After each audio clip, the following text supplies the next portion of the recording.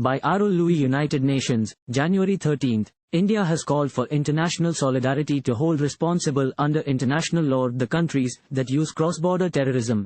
India's permanent representative Ruchira Kamboj told the UN Security Council on Thursday, states that use cross-border terror to serve narrow political purposes must be held accountable.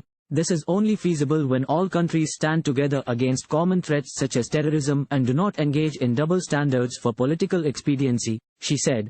The application of rule of law at the international level should protect the sovereignty and territorial integrity of states from aggression, including terrorism, and including cross-border terrorism, she said. The remarks were directed at Pakistan, but without mentioning it by name. The meeting on the role of rule of law in international peace was convened as the signature event of its presidency by Japan that succeeded India as the chair of the Security Council.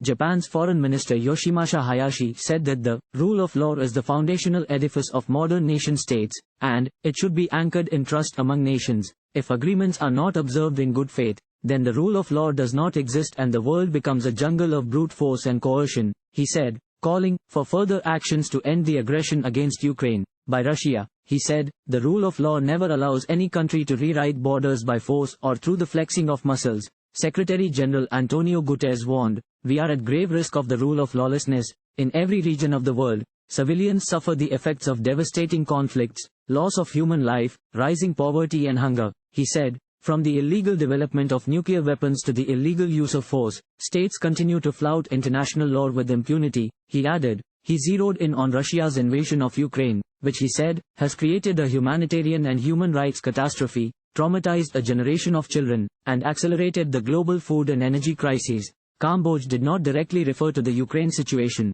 but said, rule of law necessitates that countries respect each other's sovereignty and territorial integrity, as they would expect their own sovereignty to be respected. Echoing the calls for the reform of the Security Council, she said, strengthening the rule of law would also necessitate reforming international institutions of global governance, including those charged with the responsibility of maintenance of international peace and security. Debates on strengthening rule of law while holding on to anachronistic structures that lack representative legitimacy would serve little purpose in our endeavor to strengthen the rule of law, she added. Arul Louis can be contacted at arul.l@ians. Thank you for watching. Please subscribe to channel and click on bell for more daily videos.